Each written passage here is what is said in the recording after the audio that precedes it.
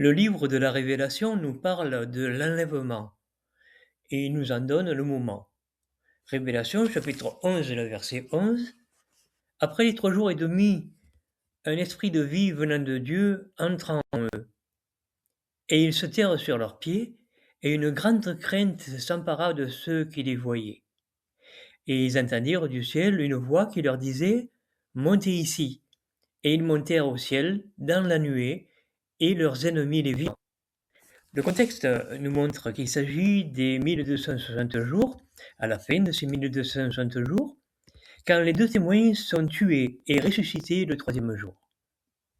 Il est évident que ce passage fait référence à la présence de Dieu dans le moment où une nation attaque Jérusalem. Donc, quand ce moment arrivera, nous savons que 3 jours et demi après, il y aura la résurrection qui sera visible de tous. Et ça, c'est une chose importante à comprendre. Par la suite, il y aura l'enlèvement. Mais il ne nous est pas dit que le temps qu'il y a entre la résurrection et l'enlèvement.